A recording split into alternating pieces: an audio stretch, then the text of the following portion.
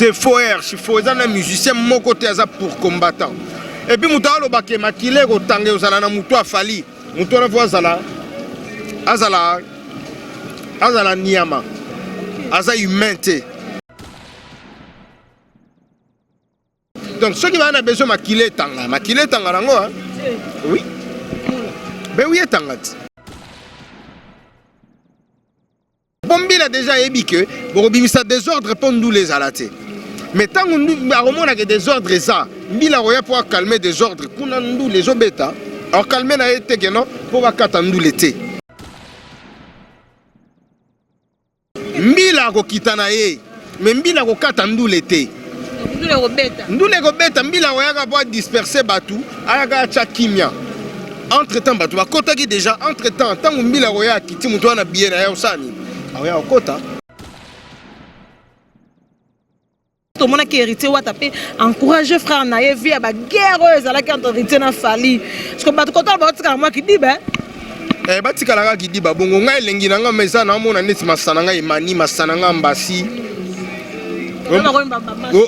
oh mais ba masana ngati c'est parce que wa ta soutenir fali na lubango na télévision ba Choumen ba télé ba Kalombo ba Nathan ba Jonathan, attaque champ F victime.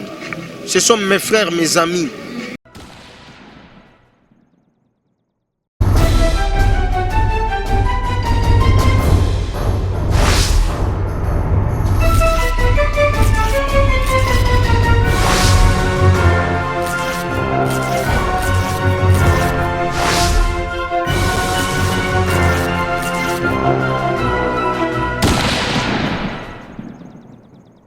Internaute de www.cleboa.com, amis fidèles de cette émission, merci pour votre attention en ce particulier dans cette émission et je vous dis un grand merci de partout. En tout cas, merci aux géniteurs de ce grand site de la Nation, Tonton Banda, l'homme qui promeut et qui réalise de la Nation. Merci beaucoup à vous et je dis un grand merci à Pichou Mangaya, Mangayaskin et à l'homme qui assure cette émission, bien sûr, Herman Ampoyo Garçon, Herman Ampoyo Kana Sucre. Merci beaucoup à toi et merci à Francis Walawala, Marquis Songangeli, merci à Ma Bobi, à Ma Bobi, Motema Maréchal Amo, et à Ma Bobi, donc Maman Nangaï quoi. Merci beaucoup à vous et merci encore une fois. Nous tout bolinga vraiment émission de partout en tout cas. Vous avez vraiment ébélé, Général John Chubangu, vous avez vraiment ébélé là. On va essayer un peu de parler avec mon invité qui est là, le manager, je peux dire. L'international, le marketeur de Nyos. Donc, Dadi, il y a Bamoula, tu vois vraiment il y a longtemps. On a fait maintenant avant Dadi Boykalato solo là. Par rapport à moi, parce que mon ton est salaire quoi. Il y a la loi terre. Madame Poyo. Je suis avec Dadi Moulaskia, donc tout solo là. Par rapport à deux parts dans Bango déjà pour Turkish, donc par rapport à concert, il y a Héritier Watanabe, la Pulga, Toto ya Tembe et Tembe Angopé. Solo lango et on va essayer d'un peu d'en parler na ba fait non sur actualité zo les cas na musique na biso je suis avec Dadi Moula encore une fois. Bonsoir Dadi. Bonsoir Makams, bonsoir na bandiko Holanda biso. Bonsoir na Toto ya Tembe mon patron de cœur. Et puis voilà quoi. Patron de cœur. Na mona de patron de cœur de la team. Ouais wana ma azala na motema y place aza yibi. On a peu place na za na yibi. Voilà, merci beaucoup Dadi, Yabamoula et Turquie et Kende. Nipo actualité ça on a bonne côté na Dadi tout ça non. Donc on a Turquie non parce que comme Turquie wana ba ba benga ngo Turquie mbata. Pour ça les promo après la bobetité au sale au contrat. Turquie mbata. Bino. Non, Turquie zo Kende bien, je crois bien producteur Aza professionnel, artiste Aza professionnel. Artiste et un orchestre n'est pas professionnel. Donc les choses se passent comme il se doit. Tout kenda bien. Tout kenda bien. Jusqu'à présent, la démarche est bien, donc ça va. Donc, c'est un peu de Turquie, net, moi, Turquie a commis ma cop, le wata, le bezala qui jibe, babeta qui était au contrôle. Est-ce qu'il y a une réunion de gens parce que ma fan est belle, la bonne musique, héritier, bien du côté de Turquie, c'est là-bas concert.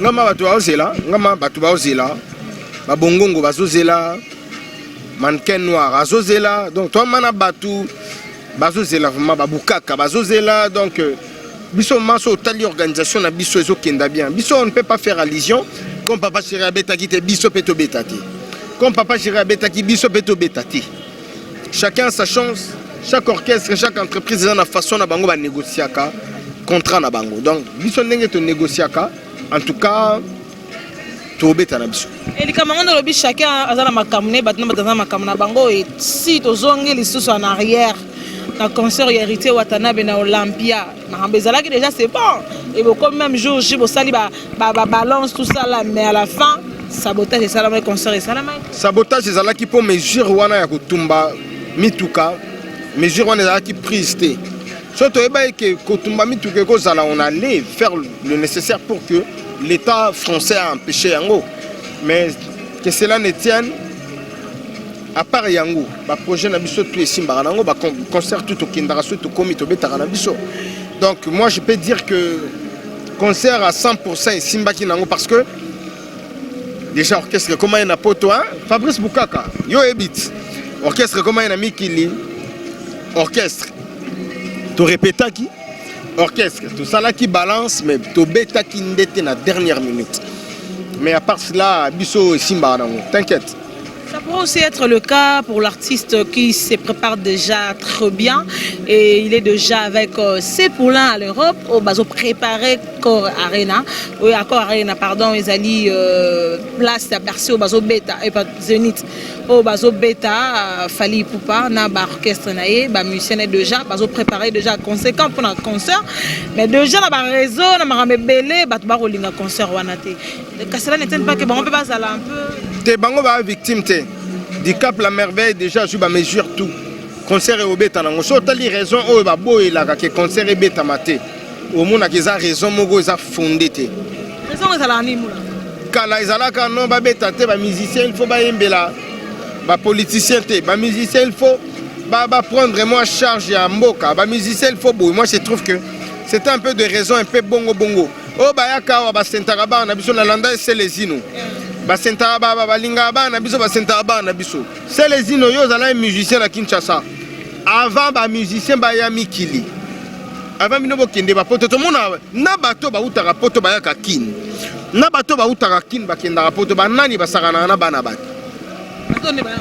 voilà bino ba mikiliste boza plus ba aventurier ben oui on va abuser ko tuna bana ya biso yo donc na vini na flat au vanda na vini a rolingata 50 jeunes filles il suffit qu'à déodorant na body mo wazara ale mwana kwei na 10 euros ozomona bango bamona ya bango te bamona ka biso mais avant bango be ba koma ba mikiliste bazala ba kinois misu bazala ba munjimayen misu bazala ki ba lubumbachien misu bazala ki on ba le choix quoi donc on a le baka pour faire amuser la galerie mais biso tout utakin mais bakenda kuna bango obimanet danger bon je sais pas Fally Ipupa akobeta lelo za jour J-2 au pesanga raison obeta jour J-2 balobi déjà sécurité za ya makasi et pele ba makile rotanga za na mutu afali et là ba musicien balobi boza na système atindika chakal bozo soutenir mais na système ba botinda ba combattant c'est faux za na musicien moko te za pour combattant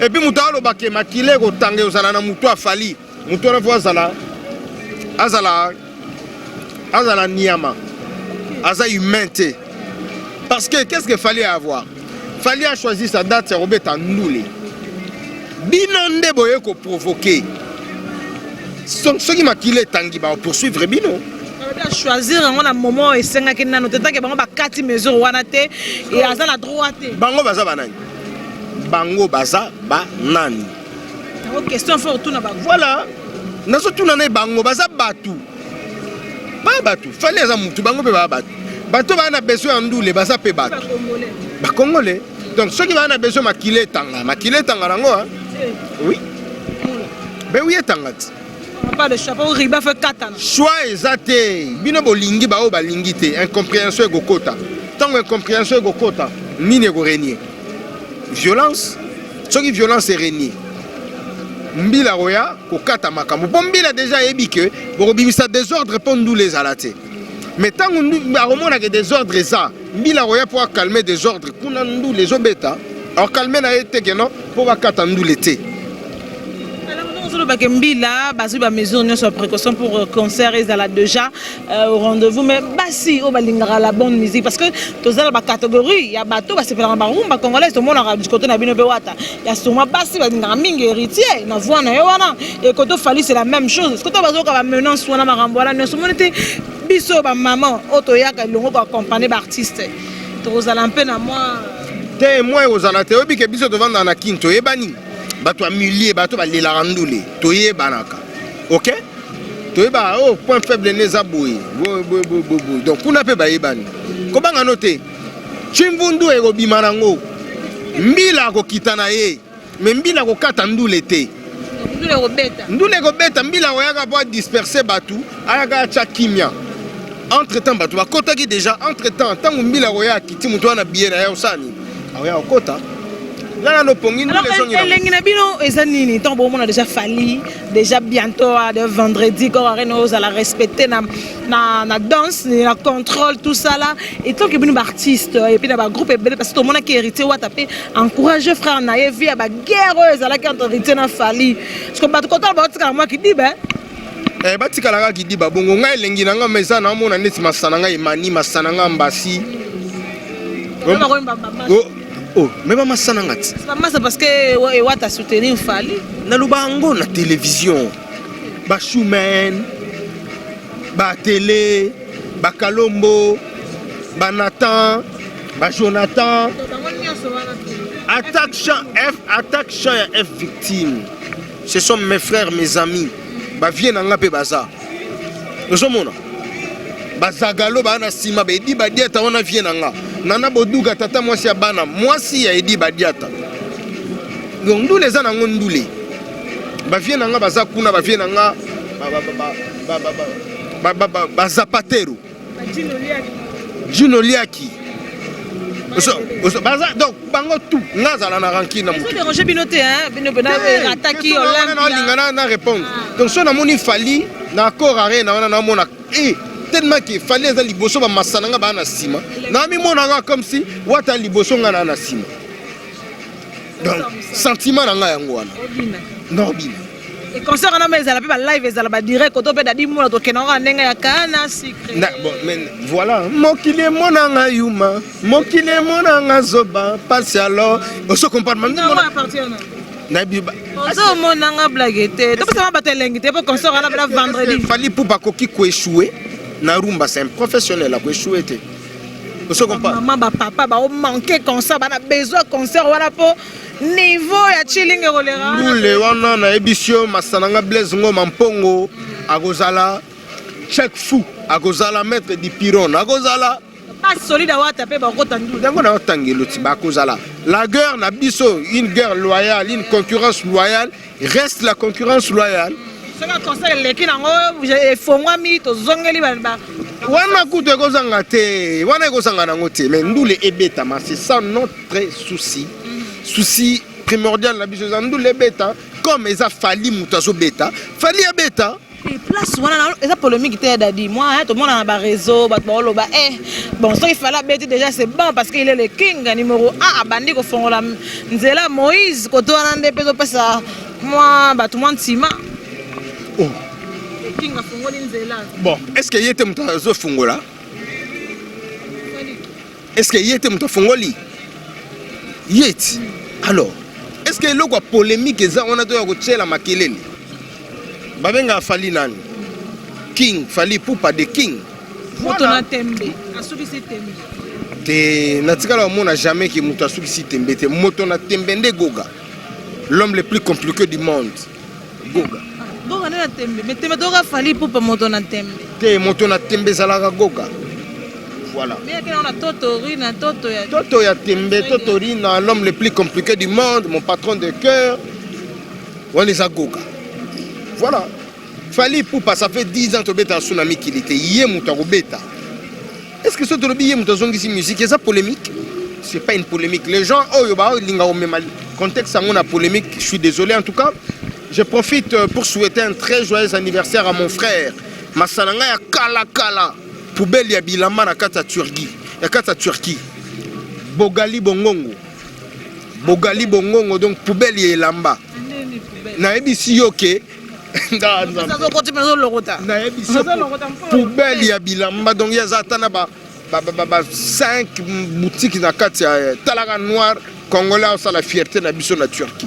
Mannequin noir Fabrice Bukaka bino boza côté kuna bambote ya trop et bamasananga basasa belé kuna on concert ko zonga na Paris concert zonga na Europe ba musicien ba dadi mo ba ko sebla parce que tout a fallu abeti c'est bon et kale pes ko tour ba wata ba dadi bo kenda mo ko tone sala bino bien non biso ma mai sous te mo kene bana na aéroport Anjili tenet ngaku concert zonga zela mai ngaku to so nzela mai mais na kenda kala nako keno nzela mai et puis de deux ngana cadre nana di moi diplôme na moi licence hein ba kenda ba nzela mai ba diplômé te ba licence te na lobi te que bango baza bongo te na lobanga na cadre na kati orchestre dadi ro keno nzela mai te na kidadi na okete na ba relation eza non de la mai siko bato bakenda banzela mai ezaki azokende na ye kovanda na poto siko nga bula okende kovanda na poto nde ezala ngati donc nga makansi oyebiti yo yebi ndenge to développaka 2023 na bisaki oni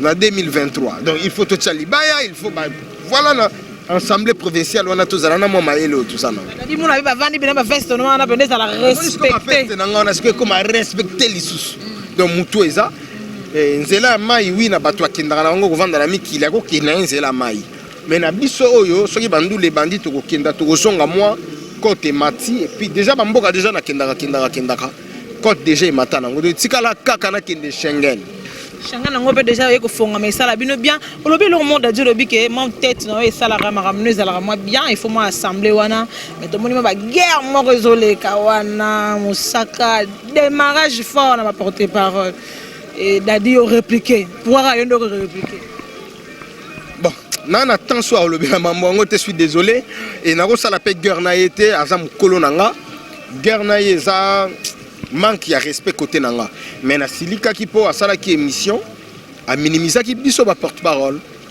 a minimiser biso atangi ba kombo na biso tout ouais na makambo yi a éviter yango moni ke senga ke ngana kenena recadrer et puis eleki nango ndenge boye kuta biso wapi en pleine réunion ya ba porte-parole donc UP l'unité des porte-parole bon au début, je porte-parole. Je suis directeur de marketing dans l'orchestre.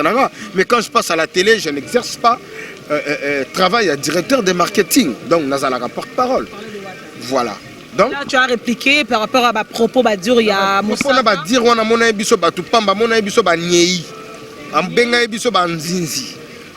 tu vois, tu es banité, tu as biloko, tu as mis tout côté. Il y a comme un ami tout cas, jamais à place de Zapo, il faut Sankarana Roger Bazala. Or, Roger Ngan. Reconnaître Roger na Sankara. Non, reconnaître Bango Keka, Bango Kaka, c'est pas un problème. Tu peux dire que non, moi je reconnais Roger et Sankara. Mais à quoi qu'il y que biso toi banzinzi. Côté wanande, bamouche donc ça li bien té.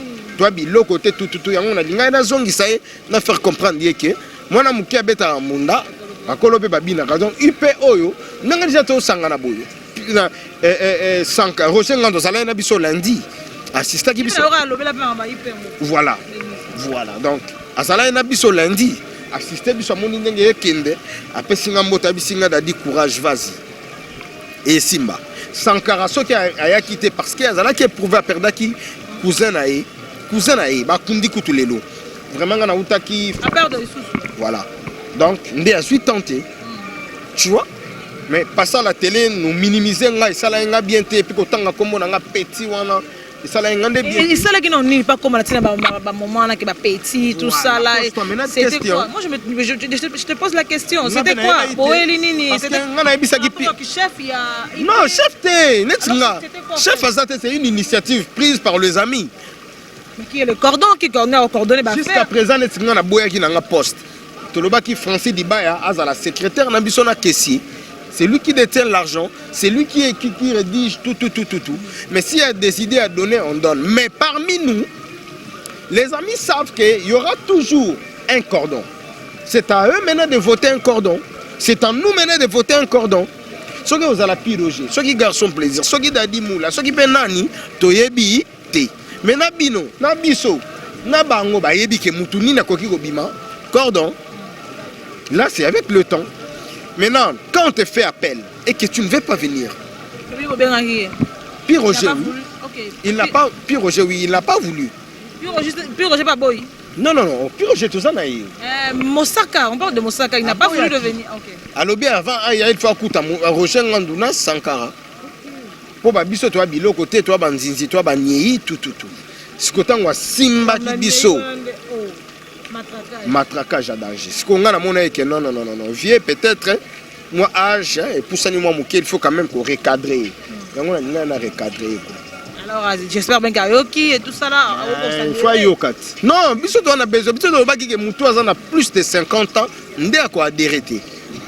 Mais mutu azana moins de 50 ans, ndé azana. Moussara déjà 50 ans c'est bon. Et t'es comme déjà 50 ans moyen à déréter. Non, vieux Roger, oh t'as la moi moulaï, on a déjà bataille à baluba, moni bango baluba bazalaka un peu costaud, moi maï. Donc viens à biso année na 50 ans les lots. Vraiment donc on a des critères ngate mutu na pesi yango. Critères exact que plus de 50 ans oya te wana ba mas. On peut ça qui critère voilà mais bobenga que déjà boye ba te na 50 ans. Roger, ngana bisa ki pi Roger non, il ne faut pas le faire. Quand Pi Roger l'avait fait, c'était à mon insu, à côté ici et na groupe. Bon moi et puis au bimisa exacté. Pour la zone le babia ça ya na ngana ko manquer ba respecter. A déconner qui t'a déconner les pères ba ya ba moulaskin a déconner les dadi moula licencié moko boya ça la fierté ba porte-parole. Ka yé moko karatanga ofinga Mike Mukebai appelle ça exemple ya dadi mou. Voilà, mais on a été dadi moula licencié na biso. Oui. Je sais lire, je sais écrire et je sais parler. Il faut comprendre ça, on a 12, télé, non, loisir, non, c'est que 12, on a ce que bien te pour Azavien, on a tout causé bien. Déjà, même en tant que politique, côté honorable Mike Mukebai, abîmé sur la personne marame. Mais il faut ignorer. Non, il y a mon Mike Mukebai, aïebike, tout coûte un arat. Daniel Safou, ils savent que ces petits, il est très intelligent. Et il a un diplôme de licence. Voilà, ils ont une option na option. Option ça là qui a un diplôme moi ils ont option il y a qui porte-parole.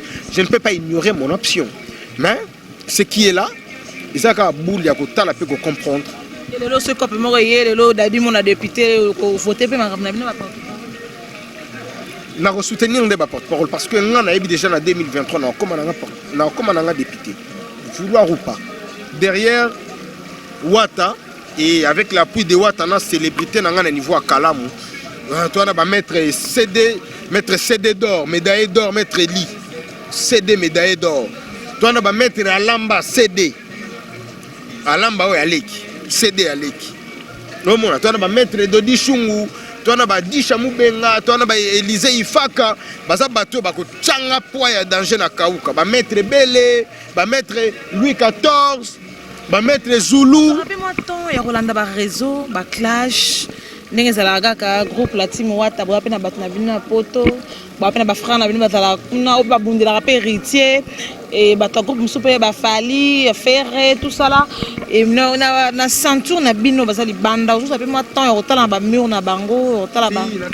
On est amis sur WhatsApp, on est amis sur Facebook, sur Messenger, sur Instagram, tout. Alors, tout le monde, Dodi, na Oshi, j'ai un artiste moi à peine à Paris, ma bagarre, Moroboye, tout ça là, il parle mal de Wata et. Voilà, déjà tu as posé déjà une question, une personne qui parle le mal de Wata. Parce que Moutou Oyo Wata, mais Mimiki. Moutou a sa frère Yawata. Est-ce qu'elle a aussi porté? A supporté Atanga, de Nazabou. Une personne qui parle mal de Wata. Alors, de Wata, on a Tindi, Dodi, Agetriké, mais bon, aussi, c'est soit la gare du Nord. Mon maître Dodi Chungo, non, il s'est battu tout bas, on a mis Kili. Bon, vous voulez que maître Babé, on a mis un maître à solo. aza maître ya solo abe bon na habité aussi wana petit nanga non yebi no histoire neti aussi abandaka nanga kala ada beta wata mbata solo ba beta dodi moni maître dodi ako bare non yebiso ngana yebiso na nga udu na tango luba mbwana te tout mais la personne qui est contre Wata est directement contre nous. J'ai arrivé à la fin de notre entretien. Voilà. Moi, qui parle en côté. Il faut de bien s'en émoter dans les grands prêtres de l'Ikonzinga. Vient Georges Bofenda. Grand prêtre de l'Ikonzinga. Vieux à Tambola Europe Mobimba. Vieux à Tambola Amérique Mobimba. Vieux à Tambola Asie Mobimba. Grand prêtre Georges Bofenda. Donc. Deli Konzinga, mon grand frère, na minute en Allemagne. Et puis, nous avons profité de présenter ma condoléance na grand prêtre, grand frère Nabiso. Odilon, mon pour exemple à suivre. A outi ko perdre maman na en tout cas, ya Odilon, tous a des cœurs na yo ya. Wana muta kufi maman Abiso. Voilà. Donc, à part Wana, hein, les boss de Dakanda number 1, Nakata Mada City, Obi Mada City, Cape Town. Le seul et l'unique Congolais a la fierté. Donc il y a des attaques il y a une entreprise kuna entreprise au monde net snell. À ça l'histoire entreprise il y a bongo na niveau Afrique du Sud. Les boss de Dakanda, aux ali moko oyo, il y a ba Congolais azo sepelisa biso libanda. Il faut tomber la combo na auto tomber la combo et entreprise na yo quoi. Voilà, merci beaucoup Dadi Molanton, tu comme vraiment na souka et entretien na biso. Merci ya ko disposer ton ayo pour que to solo les aller honneur ya culture pe à musique ya mboka na biso parce que déjà to yebi vendredi au vouloir ou pas concert de Fally Ipupa ebeta ma club wape to soutenir l'artiste Fally Ipupa pour na concert wana et ça la biso bientôt voir actualité to vraiment matière le wana ti le collège Chilungu et ça la biso bien alors Dadi Mola to comme déjà na souka qu'est-ce qu'on peut retenir de vous de l'artiste Wata déjà m'a ramené c'est bon na ozonga ma Turquie wana parce que le gens un peu va poser ma question bienvenue makanga ya na inbox non yaka pour expliquer biso que concert et beta ah na minito na oteko tangela yo Fabrice Boukaka aza na pointe Bogali Bongongo poubelle à Turquie aza na pointe les mannequins noirs yo ebit déjà ba bandrole la Dadi Moule mataki ma Kevin Matundu baza côté kuna donc ce mona eloko ezawana bienvenue makanga to zala na ilelo auto leka kutu na Afrique numéro 1 lelo. Semaine prochaine, tu vas aller à Kinshasa, tu vas aller à Goga na Kin, kaka pona ba démarche makambu ya Turquie. Donc ma Turquie bobanga na binote tu vas aller wana. OK, na quelques bateaux des alara des fala memi ngolo pa ba journaliste internet, azui à TV. Donc Fally pardon, ça fout les bateaux pena. Non, c'est une très belle initiative. Une très belle initiative. Non, net hier après makambu ya kopekisa ba concert. Net bimi après ma combattant oyo. Vous comprenez? Bien. Donc, Wata, déjà, avant de tout la question, ma confrère Nabino Baza est bien dans la liste. Il faut beaucoup événement à Libanda. Et ça la rappelle bien. Donc, pour Wata, Wata, concert tout à Kendaka, à même journaliste. Concert tout à Libanda. Journaliste à Kendaka. Donc, Turquie, journaliste à Ozanga, déjà, na surprise et belle. Après tout voilà, merci beaucoup Dadi Mola, merci à Ozala Ebiso et merci beaucoup à vous tous hein, qui aimez bien cette émission de partie en tout cas. Merci Maréchal Amo, merci et merci Nabino Toubolingara Kleboa.com, Kleboa.com, Inch'Allah et ça la biso plaisir et Boza et Bele, nos partenaires, Balobi Boss, DN. DN tout le temps la biso souvent comme na DN bon DD du côté Brazzaville biso ko DN ah et Kalaming était besoin DN en exclusivité quoi donc Kleboa et ça biso bien